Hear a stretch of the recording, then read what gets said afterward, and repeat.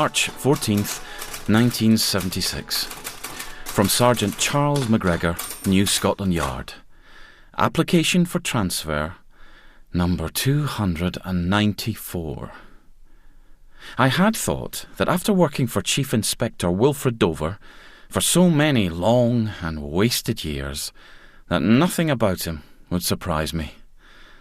But I hadn't reckoned on the case of the body in the Didcaster dump.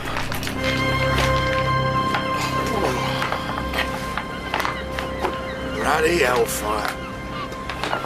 What a terrible way to end up, eh, Sergeant? Ah, you're right, sir. Stuck in a stinking rubbish dump in the arse end of nowhere on a cold winter's evening. All ambitions and dreams totally dead. I know. Gruesome, isn't it? Ruddy tragic, I'd call it. It's just a stroke of luck the workmen here found him. Tomorrow he'd be under another ton of fresh rubbish. Eh? What are you talking about? The body, sir. Oh, him? I was talking about me. I should have been a chief superintendent by now. Chief Inspector! Oh, hello. Here comes the local waller. Act impressed, McGregor, and he'll buy us a drink. Inspector Telford, Didcaster CID. So, Chief Inspector, you can see our dilemma. Living in a hole like this? What do you mean the fact the victim's naked and rendered totally unrecognisable? Somebody didn't want him identified. Oh, there's no fooling these chaps, is there, McGregor? No, sir. Judging by the marks around his neck, Inspector, it looks like he's been strangled. By a cord or a thin rope. We're reckoning the murder was committed elsewhere. Why's that, sir? Hard to kill someone when you're both up to your necks in tin cans and potato peelings, eh, Inspector? Exactly. Well, of course I realise that. Any idea how long he's been dead? The doctor thought weeks rather than days. Months even. Fingerprints? On what exactly? On the flaming corpse, what do you think? Round the neck, you mean? Not round the neck, you loony. On his hands, his fingers. You are checking them, aren't you? Oh, yes, of course. There is just one, thing. Hurry up, I'm starving, and standing around in the cold is giving this corn of mine proper jip. There's a go-slow at Central Fingerprint Bureau. Something about overtime rates. Could be a good few days. Truth, the lack of commitment these days. It's almost criminal.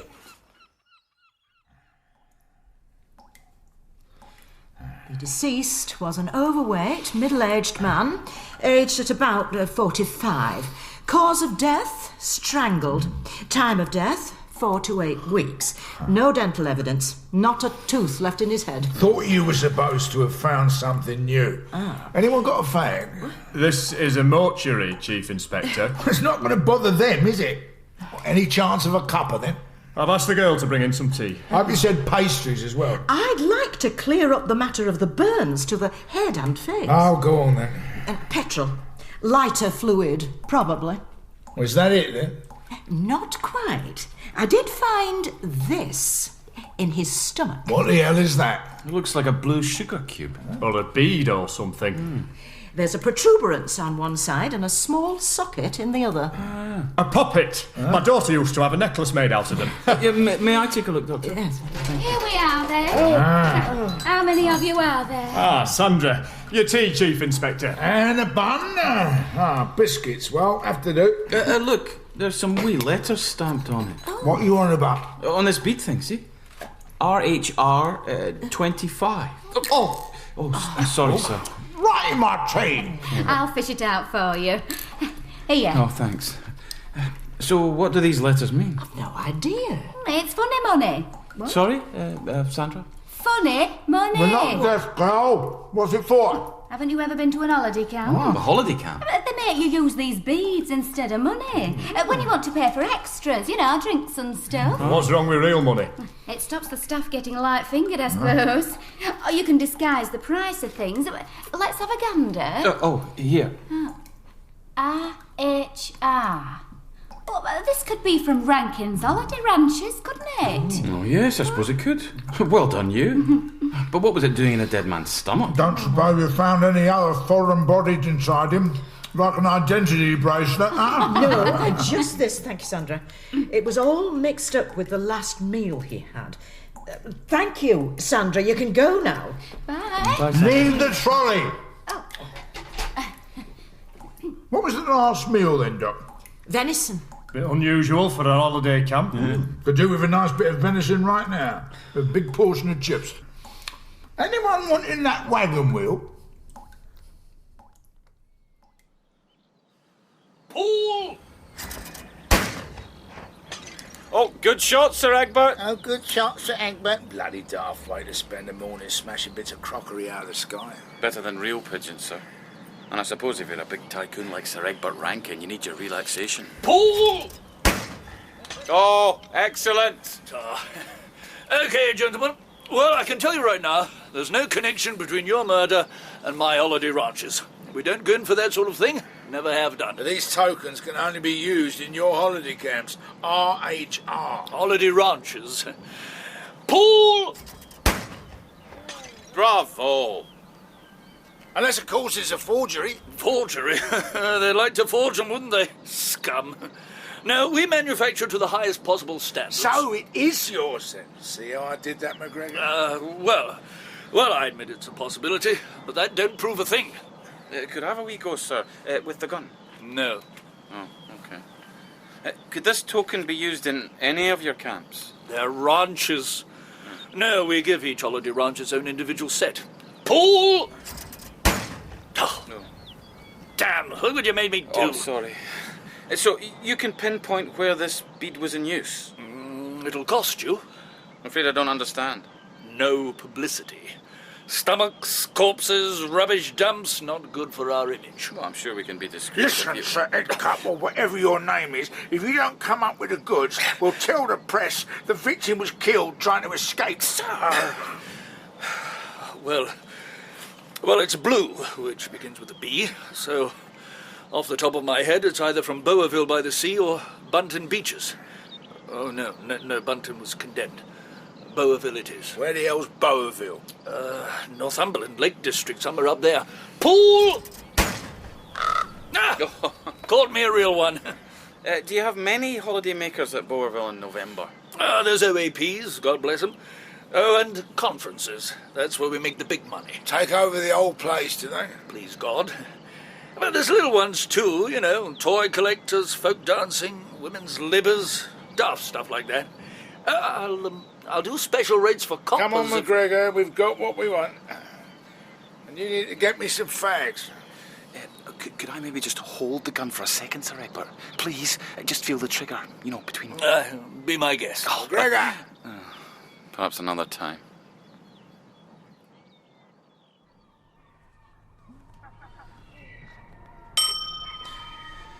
I must say, sir, it's very decent of the Holiday Ranch to offer us a night's accommodation. Oh, come on, somebody. Looks like a blooming prison. No, that's probably just the barbed wire. Oh, you must be the Scotland Yard, lads. I'm Captain Maguire. Down the tiller. Don't worry, gentlemen, he wouldn't hurt a fly. No sudden moves, mind. Is the bar still open? A man after my own heart, Chief Inspector. Important things first.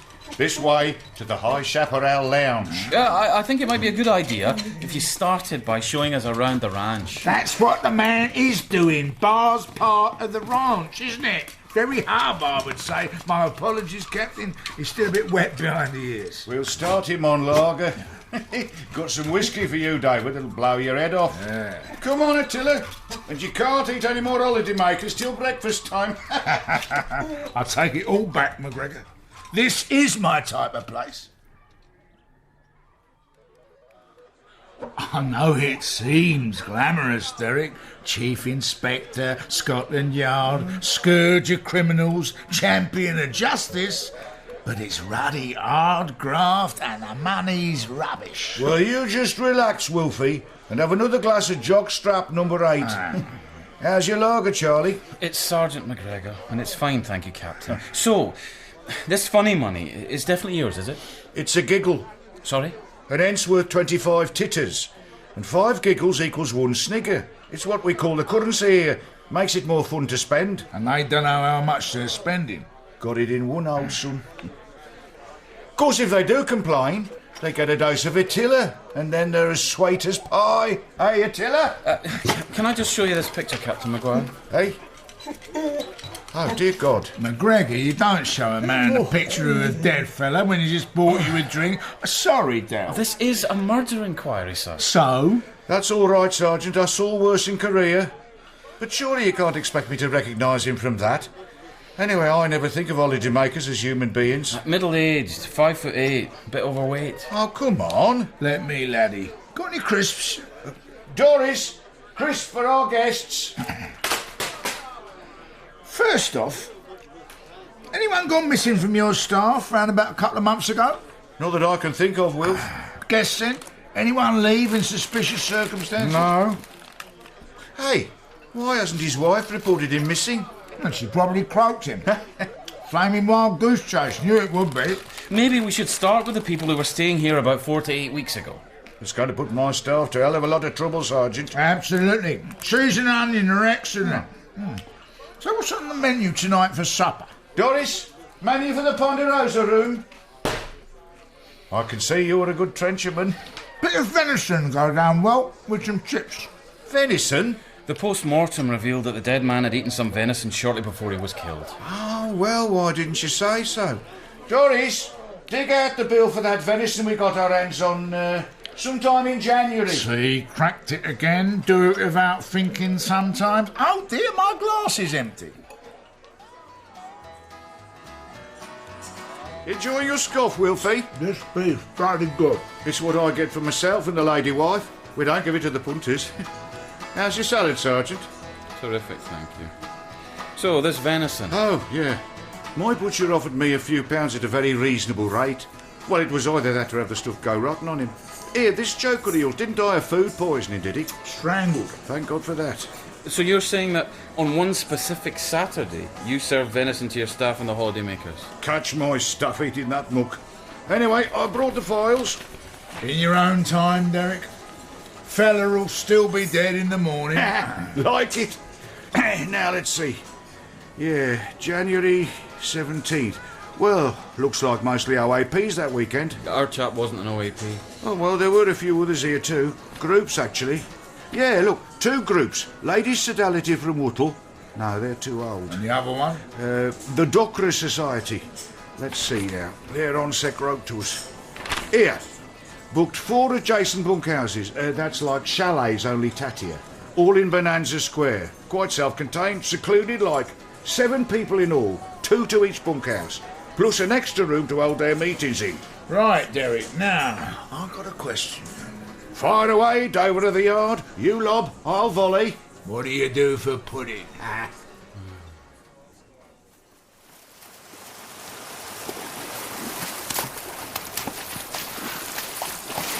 Are you sure this is a good idea, McGregor? Oh, absolutely, sir.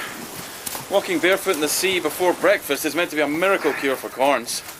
My old granny used to swear by it. Must be the salt. So, what did you glean from seeing those rooms, sir? Which rooms? The ones we saw after supper with Captain Maguire, where the Doctor Society stayed. Oh, those. 4 chalets, couple of beds in each, a room in one of them used for meetings. Big deal. Must have been a member of the Doctor Society whose body we found in the dump. I wonder what they do, this group. Didn't it say in the letter, ritual killing, new members welcome? Oh, hold on, sir. If our man deliberately swallowed that bead to lead us here, then he must have known he was going to be killed and had some time to think about it. Poor guy.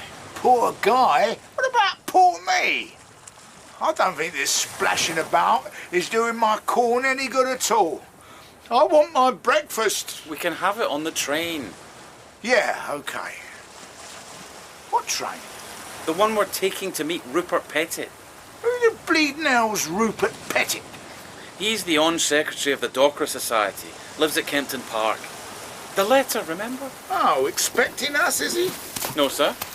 Then he won't be disappointed if we don't turn up. Sir.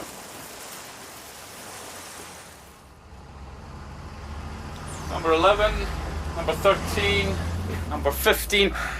This must be the one. Oh, no. What is it? Well, nothing. McGregor? Oh, look at the brass plates are outside the house. What? There is a God. What on earth are you doing, Chief Inspector? Taking my shoe off. Isn't it obvious? But you've come here on police business. Yeah, but you're a ruddishy ruppet, isn't you? No point just sitting here doing nothing. Left foot, little toe. Oh, this is most unusual.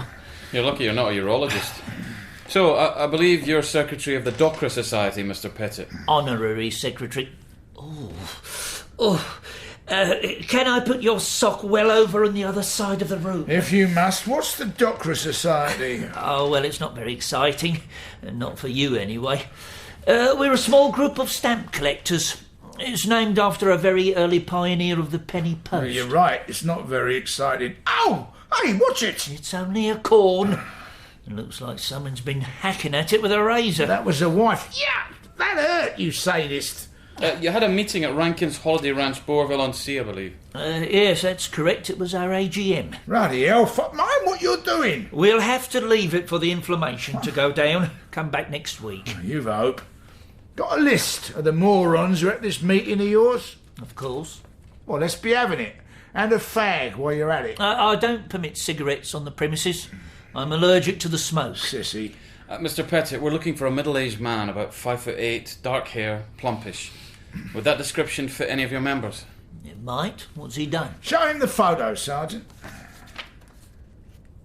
Oh, dear God. See? Shoes on the other foot now. Shoe, foot. You're not suggesting that this... Could be one of your members, yes, sir. Now, there were 7 of you all told. Yes. Well, we can eliminate me, obviously, and Miss Hull, Miss Nora Hull, very knowledgeable about French colonials. And I don't think it could be Keith Osmond, he's young and tall. Nor Mr. Roscoe, right age, but small and wiry. Oh, that leaves 3 more. And Mr. Braithwaite, too old and a beard. Gordon Valentine. No, I got a letter from him this morning. Instead of telling us who it isn't, tell us who it is. Mr. Napper.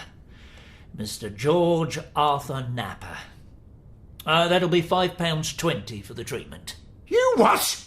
You what? Tell us about this meeting, Mr. Pettit. At least when I hurt people, it's for a good reason. Usually to get a confession out of them for a crime they didn't commit. Exactly. I'd like to beat a confession out of Mr. Pettit. He was a cold fish about it all, very cold. He did explain he'd never actually met any of them before. In fact, they were all strangers to each other before the AGM. He had a touch of cripping about him. Well, our next move must be to investigate this Napper man. Oh, I suppose so. So where does he live? John O'Groats? Hackney. We can go there this evening. After that, sadist, your turn, McGregor. I've got to put my feet up or I'll be crippled for life. Oh, thanks, sir. Yeah? What do you want? Mrs. Napper. Yeah? I'm from Scotland Yard. I'd like to talk to Mr. Napper. He's not here. Here, you're very presentable for a copper.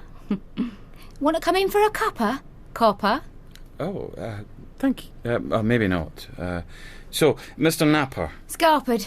Done a bunk. And good riddance to bad rubbish. Mr. Napper's gone. When? Couple of months ago. Not that I hardly saw him.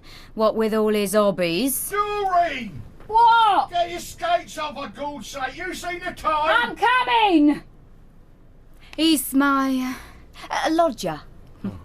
But he's just passing through, if you get my drift. Could you tell me what happened exactly? Nothing happened exactly. Napper just cleared off one weekend and never came back. Not even a letter on the mantelpiece. And what about his things? What about him? Mrs. Napper, did he take all of his belongings? Not a one. I gave him a fortnight, then I flogged the lot. I needed the room. Besides, he told me to. He told you to? Years ago, when we was first married. If anything happens to me, Doreen, he says, you destroy everything. Burn all my papers, get rid of the rest. So I did. What on earth did he say that for? How should I know? Did he say anything else? No. Oh, yeah. A few months ago, he told me he was involved in something dangerous and he might have to make a run for it and go into hiding at a moment's notice. What was his job? Piano tuner. It struck me as a bit odd at the time, too. Mrs. Napper, I think you'd better brace yourself and look at this photo. You see, a body was found, and we have reason to believe Let's that... see. Yeah, that's him. Are you sure? He's got no face. Never had much of a one to start with. But I'd know that flabby body anywhere. There will be compensation for this, won't there? No idea. You'll have to go and identify him. He's in a mortuary up north. Oh, just so long as I get my expenses. Doreen! Coming! I bet you've got a nicer body. Hey, Sergeant.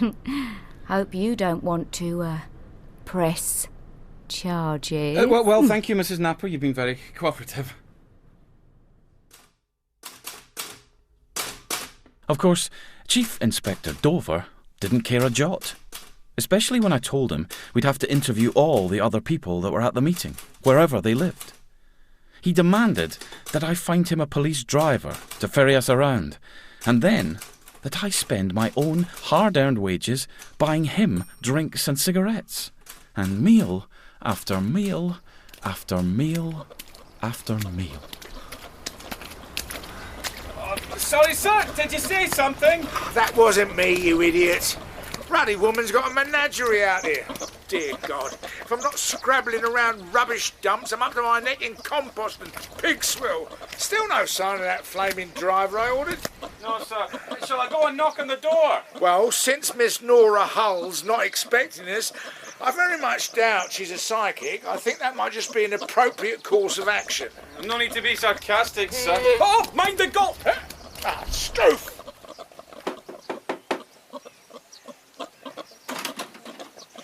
Oh, I see you met Billy then. Oh, now, come in and have some homemade parsnip wine. I'd rather drink mud. Yeah, that'd be very nice, madam. Still alcohol, sir. Oh, well then. Well, you must be the chappies from Scotland Yard. I'm Nora Hull. They're here, maybes. Come in. Oh, take those shoes off. Gonna get my corn bitten off by a ruddy goose? No way. Sorry about the imbroglio, but we've had a hell of a morning with the old sow. Oh, shoo, goosey. Dear God, woman, it's like Noah's ruddy ark in here. How can you live in this stench? Coming from you, sir. Treading a fine line, McGregor. Oh, you get used to the pong. It's only nature. Help yourself to a ginger biscuit. They're under there. What, this tea cosy? Tea cosy? That's Ginger. He keeps them nice and warm. I think I'll just have a fag. Oh, not in this house, you won't. Struth. Good afternoon, gentlemen. Mavis, these are the chaps from Scotland Yard. Oh, yes, hello. Very pleased to meet you. Oh, don't mind if she stays, do you? Just as a chaperone. I think you're pretty safe, madam. Sergeant, ask your questions, then we can get out of Whipsnade. Oh, yes, sir.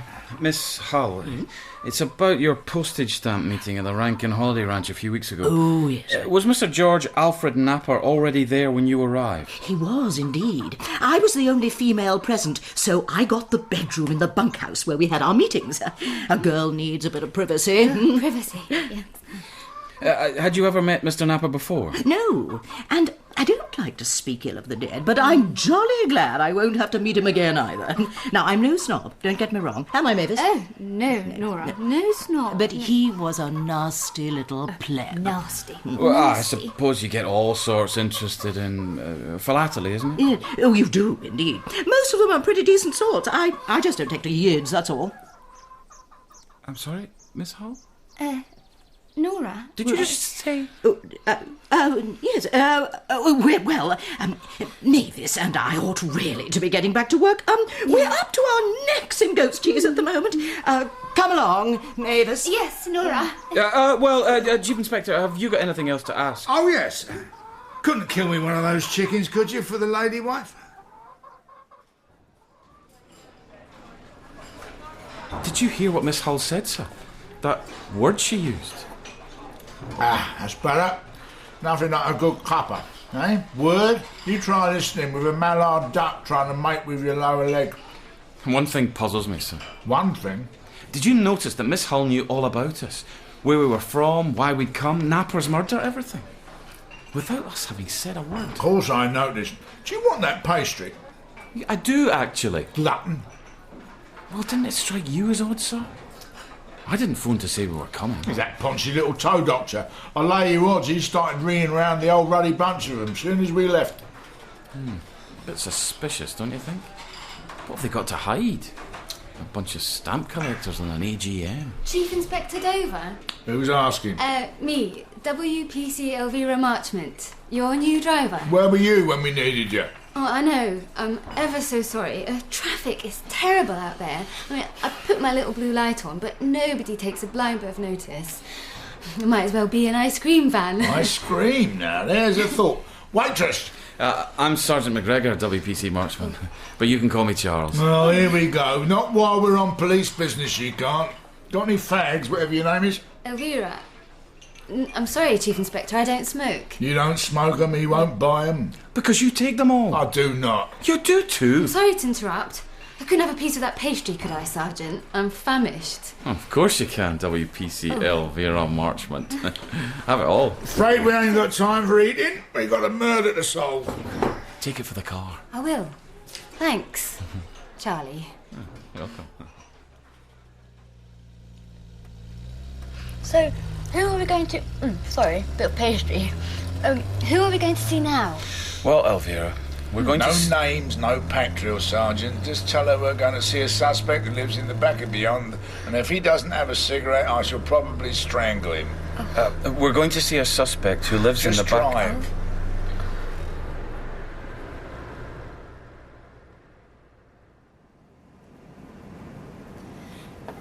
Would you like me to come in? Because I used to be a secretary. I could take notes. No, thank you, WPC. I make the decision, Sergeant. WPC will be needing lunch. There's a pub over there under the railway bridge. Just get us a selection. A selection? A couple of pork pies, Scotch egg. Yes, sir. A cheese and pickle sandwich. Oh, right. 3 ham sandwiches. Yes. One of them little apple tart things. All righto. And some crisps. Rightio. Oh, and can you get something for me too? Okay. Have fun. Mr. Osmond, we know you're in there. We do know, don't we, Sergeant? Oh, you're here then. Oh, Mr. Osmond. Are you a stamp collector? You don't look much like a stamp collector. What's a stamp collector look like? Well, I don't usually think of them with hairy chest, muscles and a moustache. There was Miss Hull. Yeah. You'd better come in then. Leave the door. I like the fresh air. Ruddy freezing in here. Take a seat, gents. Just lift the barbells off the sofa. McGregor? Yes, sir. You don't mind if I use the bike while we're talking? I missed my exercise this morning. Go ahead if you want to kill yourself. Don't suppose you got a fag on you? No, you wouldn't, ruddy fitness freaks. Matter of fact, I do.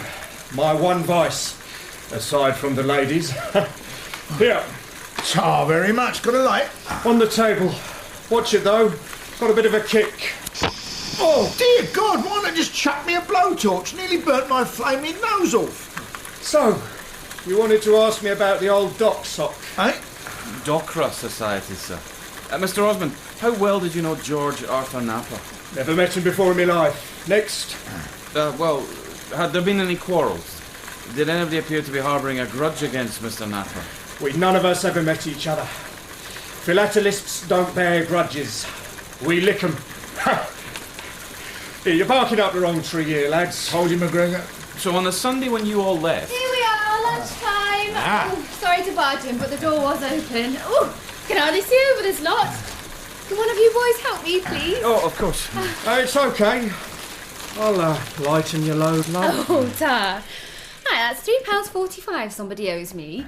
I hope one of those is for me. You'll be lucky. Hey, hang on. I know you, don't I? Well, fancy seeing you here. Oh, bloody hell. What's going on? Nothing. Don't you remember me? Oh, sure. Yeah. Once seen, never forgotten. Look, gents, I'll be in touch later, right? Meantime, you'll have to take your picnic somewhere else. I'm expecting a visitor. Plenty of room for everyone. It's private. Well, good thing I'm broad-minded then. Open the sandwiches, Sergeant. Use that penknife on the table. Just leave that knife alone. No, sorry, I've got to go out. Urgent appointment, just remembered. You carry on, we'll look up for you. You can trust us, we're coppers. All right, Tar, just drop the catch on the door. Must think we were born yesterday. Hold your horses, laddie. Cricket, block the door. Yes, sir. We haven't finished our little chat yet, have we, Sunshine? Oh, sorry. I shouldn't have come barging in, should I? Still, you can talk and eat, can't you? I've seen you do it, Chief Inspector. Elvira, where on earth did you meet Mr. Osmond? Oh, it was Braebury Hall, wasn't it? It was last year, one of those courses on race relations or something they make you go on. Actually, it was quite fun. Oh, do you remember the things that went on in the visual aid room after supper? Are you saying you met Mr. Osmond on a police course? What else? For policemen? Oh, and us girls, too. Are you a copper, Osmond? You stupid witness interfering cow. Hey! Oh, I'd give you a good smack for that if you didn't... Have a gun? Oh my God, sir, look. Probably just another damn stupid cigarette lighter, isn't it? Oh! Or maybe not. OK. Now, everybody just stay seated, nice and close on the sofa, and nobody will get hurt. Yes? Oh, no, I'll probably just get squashed to death. Oh, could you move up just a little bit, Chief Inspector? No. I'm just going to make a phone call. No sudden moves, OK?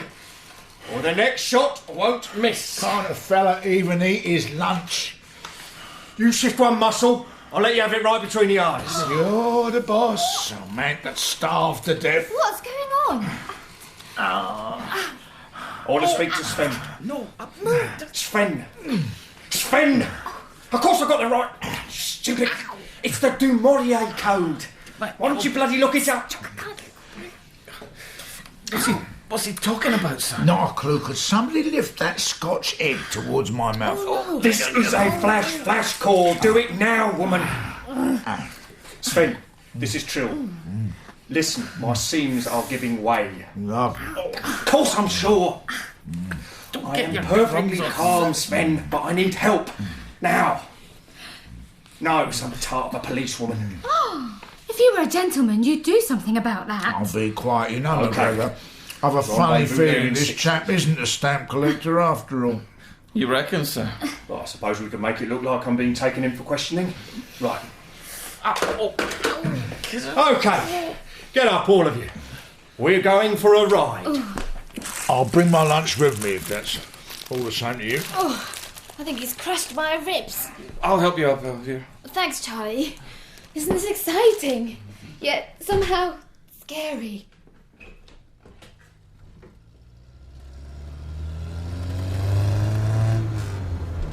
OK, no funny business. And that includes your driving, sweetheart. I've got my gun. One false move and the Chief Inspector here gets it. Struth, you're supposed to threaten to shoot the girl first. Here. Listen, we're all on the same side here, aren't we? Can't you just calm down a bit? It's all right for you. I'm the one who's going to finish up dead if anything goes wrong. I've been under a hell of a lot of strain lately. You've been under strain. Here, how did you murder squad toffs come to identify Napper so quickly? Mr. Napper managed to swallow a piece of the Rankin's funny money before he died. The pathologist found it with the venison. They don't serve venison that often at Boerville. And bingo, so that led you to our Mr. Pettit. God, you put the wind up him. He phoned me to warn me you were coming. Told ya. OK, enough chit-chat. Now, laddie, why don't you tell me exactly what's going on? Why don't you keep that fat mouth of yours shut? Ooh.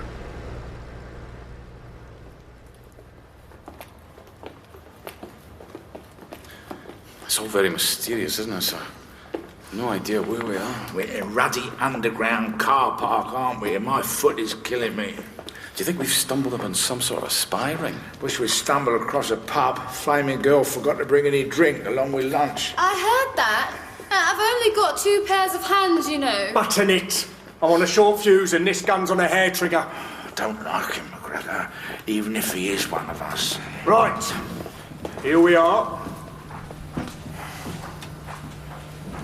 OK, into the lift. It's made for carrying luggage, so it should just about take your weight, Chief Inspector. Very droll.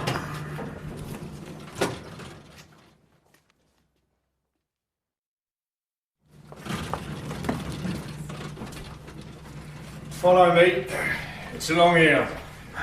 Look, sir, room numbers. That means we're in a hotel. Excellent. Means they'll have one of those little minibar thingies, tiny bottles, but if you mix a few together, it's not totally unrewarding. Right, stay here, all of you. Ladies first. Oh, thank you. Oh, Actually, I need the little girl. Ow! Ow! Hey! OK, that's got her out of the way. She'll be desensitised separately. We're 2 doors down. She had better be all right, or else. With a bit of luck, she'll forget we owe her for lunch. You, in, now.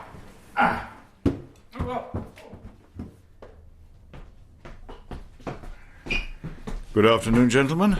I'm Sven. This is Detective Chief Inspector Dover, sir, and Detective Sergeant McGregor, Murder Squad. Delighted. Do please make yourselves at home. Gotcha! Fantastic. Anyone see a bottle opener? I did actually mean take a seat, but as you're already at the bar... Very civil of you. I wonder if you'd excuse Trill and myself for a couple of seconds while we have a little chat in the corner? No, I wouldn't. Excuse me. You heard me. Getting sick of all this James Ruddy Bond malarkey. You'll tell us what's going on. Pronto. Chief Inspector. Let me handle this, McGregor. Listen, Sven, whatever your real name is.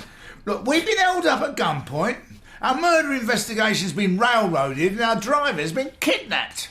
I'd say you got a bit of explaining to do, Sunshine. You and your pals from Special Branch. Special Branch? Well, what did you think they were? Catering corps? Now, you listen here. This isn't your show, Don't you know. you come heavy with me with all that cloak and dagger stuff. Doesn't impress me one little bit. Oh, yeah?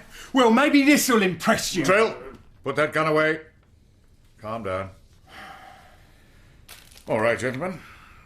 I think now that you've accidentally stumbled on our little operation, it's probably best I tell you exactly what's going on. I think it probably is, sir. Don't mind if I eat this chocolate bar while you're chatting. Not at all. But I hope you don't have such a big mouth when it comes to more important matters. I'm a chief inspector in the murder squad, not some giggly little schoolgirl. Now spit it out, man. Well, what we're dealing with is a highly dangerous group of subversives. Subversives?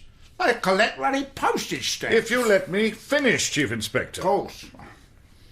A toe doctor, a potty old goat breeder. What's the name of that fella who croaked, McGregor? Napper.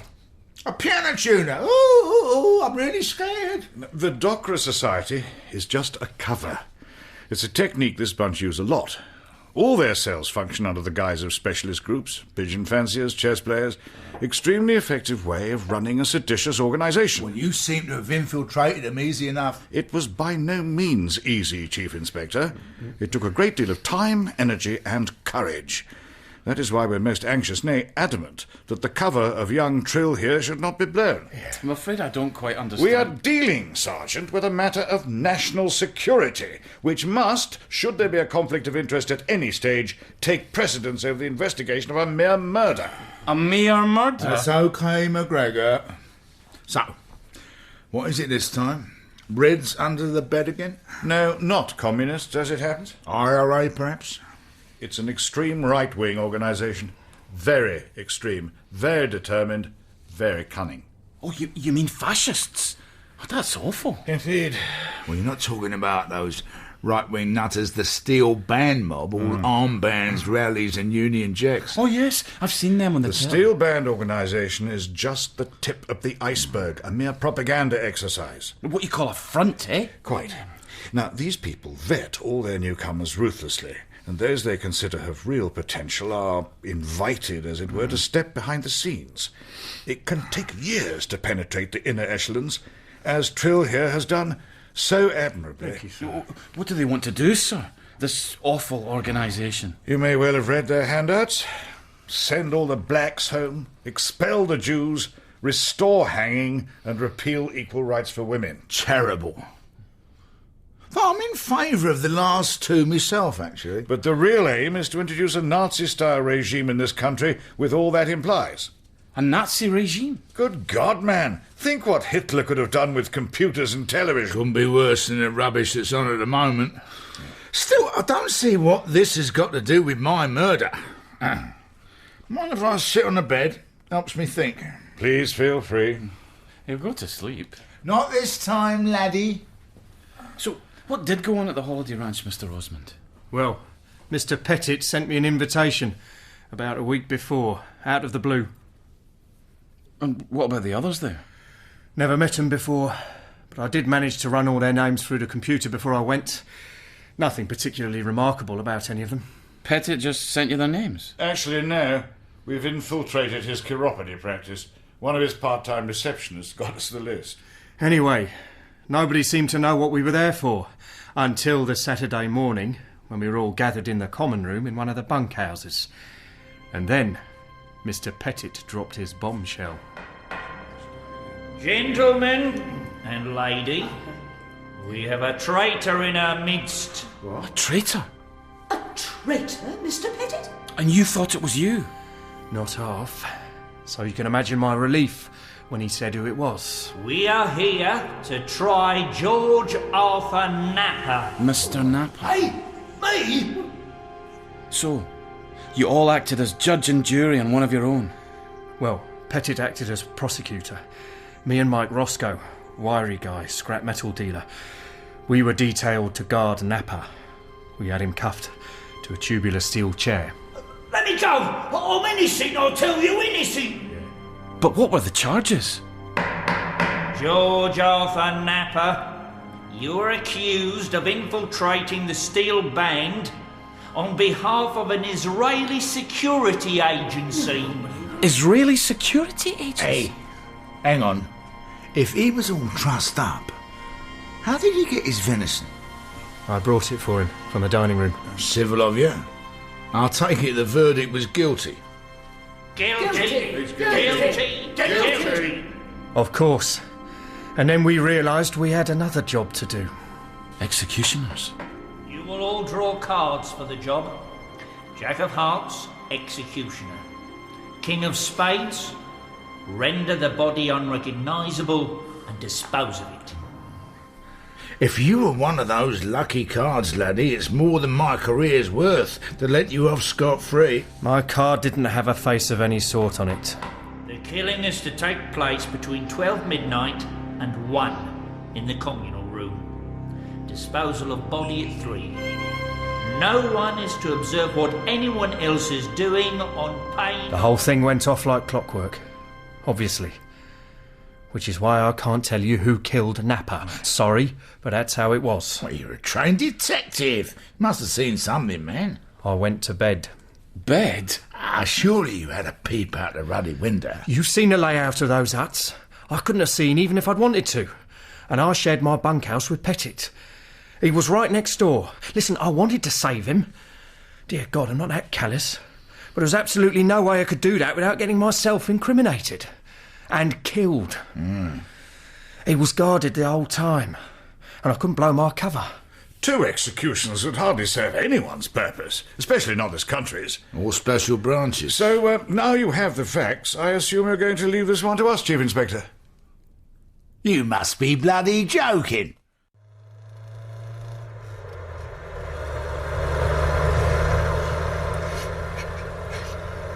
McGregor, get that woman to stop her ruddy snivelling. Trying to sleep.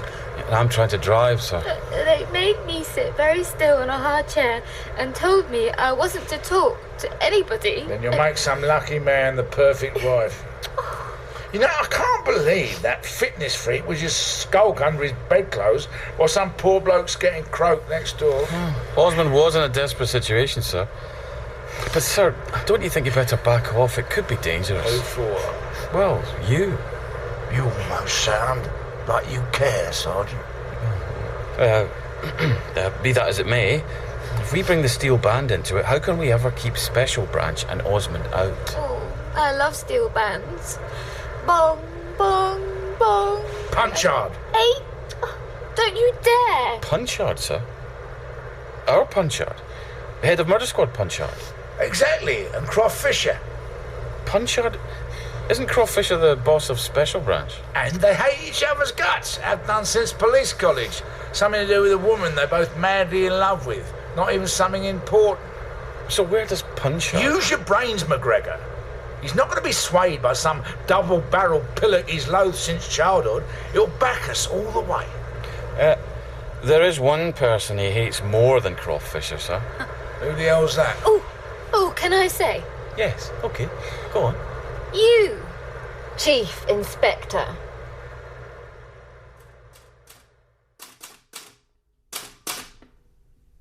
But this time, Dover, to my great surprise, had the bit between his teeth. And even more surprisingly, Commander Punchard told the Chief Inspector to, and I quote, "get out and get on with it." Which is why we found ourselves interviewing Mr. Michael Roscoe, another member of the Docra Society, or as we now knew, the Steel Band, in his scrapyard in Penzance the following day. And for once, the Chief Inspector wasn't even moaning. OK. So where is this little fascist? I'm in a questioning mood, McGregor. Commander Punchard did understand we could be putting an undercover special branch officer at considerable risk, didn't he, sir? Seemed to clinch it for him, actually. Do you know what he said when I told him I was overdue for superintendent? Pigs can fly? No. Payment by results, Dover. You see, laddie, I nail this joker and I get another couple of $100 a year, and it's a poke in the eye for special branch. Oh, life is good, Sergeant. You did tell this chappie we were coming. Oh, yes, sir. I think this must be him now, sir. Stamp collector number 4, eh? Good job he's not called Penny Black. Why the hell should he be, fool? And who's this Weasley fella with him? Another gentleman in the jury? Welcome to Cornish Scrap City. Mike Roscoe. I think we should move away from the crusher. Strofe! This is Mr. Weems. He's my solicitor. Oh, yeah? Retained by the Steel Band to protect Mr. Roscoe's interests. The Steel Band? Hang on, you're actually admitting? Oh, yes. And we admit that the meeting of the Docra Society was convened for the sole purpose of trying Arthur George Napper for treason. Dear God, I can feel the handcuffs twitching. Then why did you book it in the name of the Docra Society? The red subversives are everywhere, Sergeant.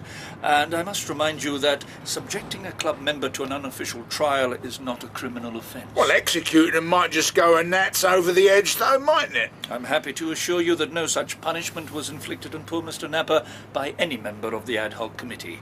He was simply expelled and left the next day. Mr. Roscoe, was Mr. Napper kept under guard while his trial was taking place? No. Did he take his meals in the public dining room with the rest of you, Mr. Roscoe? Yes. Yes. We have reason to believe that Mr. Napper took lunch on that Saturday in a room in one of the huts while you stood guard. Reason to believe, Sergeant? I'm not at liberty to reveal my sources, sir. Should the matter ever come to court, you may have to. Meanwhile, I should warn you that I will be able to put 6 witnesses in the box who will swear on oath that Mr. Napper was never at any time kept under guard, nor was his liberty of movement impeded. Oh, I see where the land lies. Got a fag, laddie? You smoked all mine in the car. I review, gents. I may work with scrap, but I don't want my body ending up that way. Come on, McGregor. We're not going to get any more out of this bunch of nutters. I want you to look at my foot again. Oh, no. I don't think that seawater did anything for it. Sergeant, I wonder whether I might prevail upon you. Prevail? For a lift. You are going to see Mr. Frederick Braithwaite next, aren't you? What? I don't drive. It would mean finding a taxi. Well, I'm sure there's one under that pile of metal somewhere. Just keep digging. Come on, McGregor. Ruddy cheek. Who's this Frederick? Oh, yeah. Another one of them.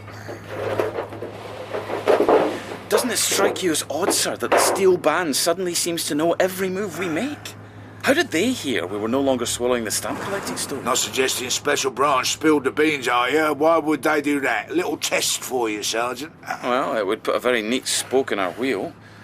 And with a whole bunch of Steel Banders telling the same story, we're going to be up against a brick wall. And that would help Special Branch how? Well, to ensure Osmond remains the Steel Band's blue-eyed boy. He'd have to let on somehow, without incriminating himself, obviously, that we'd found out about the trial, and then he pre-warns them to make himself look good in the process. Very clever. Not bad, laddie. Thank you, sir. For you.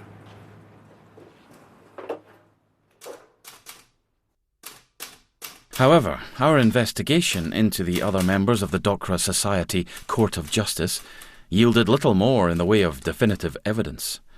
We interviewed Mr. Braithwaite in his bowling alley in Norwich. Mindless violence is simply not the Steel Band's way of doing things, Chief Inspector. Even if it is done to someone of the Hebrew persuasion. And of course, Mr. Weems was there too. Mr. Napper's death, so soon after this little mock trial, was simply an unfortunate coincidence. And at our final suspect's place of work, the Chief Inspector got no evidence, and not much else besides. I don't suppose you've got a fag on you, Mr. Valentine? I'm highly averse to tobacco, Chief Inspector. And anyway, this is a swimming pool, and I am the lifeguard. Mr. Weems? This complete and utter failure to find out who murdered Napper did not make the Chief Inspector any happier. And no need to guess who he took it out on. What are you doing just sitting there, laddie? Get on a case. Still none the wiser which one of them bloody did it. Well, if a highly trained copper like Osmond can't work out who the murderer is... You suggesting he's better equipped than me, Sergeant? Perish the thought, sir. We're at a dead end, McGregor. Along with my promotion. I'll blame you. Will you stop shuffling that ruddy paper? Sorry, sir. It's just a pile of stuff that came in while we've been away. I don't suppose there's anything on Napper. Like a suicide note, huh? Just the post-mortem report. Nothing we don't know. Oh, and here's a response at long last from the Central Fingerprint Bureau. Well, it only confirms what we've already deduced, sir. Napper had no previous criminal record. Surprise, surprise. Well, I'm off to bed. It's only 2:30, sir. I'm sure there's some point you're making. Damned if I can fathom it. You carry on, Sergeant. And I thought that was that. He was back to being the old Dover. Until 3 o'clock the following morning. I'm coming! I'm coming! Who the hell? Took your flaming time about it. What are you doing here, sir? I've never seen you before 9 a.m. in my life. Woke up, couldn't get back to sleep. You shouldn't have started so early. I take it this isn't a social call. No, but don't let that stop you putting the kettle on. Would you like a biscuit, sir? Silly question. Why exactly have you... Listen, who deduced Napper had no previous? Well, we did, sir. Not me, mate. Well, there'd been no attempt to destroy his fingerprints, only his face. So? Well, Osmond told us that whoever got the job of disposing of the body was supposed to make sure it was unrecognisable. That's why the head and the face were burned and the teeth... So why didn't he chop his fingers off and bury him? I don't quite follow, sir. It just doesn't make sense. The murderer doesn't bother destroying Napper's prints because he knows there'll be no help to us in tracing Napper, right? I think so, sir. But how does he know that? I'm sorry, sir, you've lost me. Oh. You mean... Exactly. There's only one bloke who could have checked a thing like that and found Napper had no record, and he even admitted doing that very thing. Osmond! Of course. Only a copper could have run those sort of checks. And Osmond had managed to get the guest list beforehand from the Chiropodist office. Nobody else did. He probably runs a check on any steel banders he comes across so special branch can build up their files. So Osmond knew he didn't have to cut Napper's fingers off. It had to be him who killed him. Don't just stand there with your mouth open, laddie. Make the tea. Oh, sorry, sir. Then there's a petrol. Petrol, sir? Now, keep up, man. The lighter fuel poured over the Mr. K's head. Osmond's the only one of that miserable shower who smokes. And he's got a pocket lighter with a flame like a bonfire. So Pettit must have given him both jobs, killing and disposal, because he knew he could do it. And Osmond had to go along with it, otherwise he'd compromise his undercover role. But murder, dear Lord. Or just maybe, Sergeant, they'd rumbled him like they rumbled Napper. So they set Osmond up to do the dirty work. Now he's theirs like a fish on the hook. Anyway, who cares? We've got him, laddie. Pass me that phone. Here, Charlie. Come back to bed. I'll be right with you, Elvira.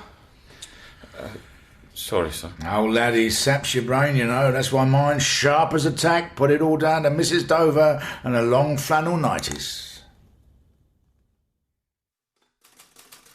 You may think that was that. But Commander Punchard came to the conclusion that whilst revenge is sweet, knowledge is money in the bank. So the whole thing was hushed up. Osmond was sent to join the Canadian Mounties. Punchard got an OBE. And as for Dover... Good morning, Chief Inspector. Detective Superintendent, if you don't mind, laddie. Oh, yes. Sorry, I keep forgetting. I shall be in my private office. He's even more insufferable than ever. So please, don't make me have to write application for transfer number 295. Got a fag, McGregor? Coming, sir.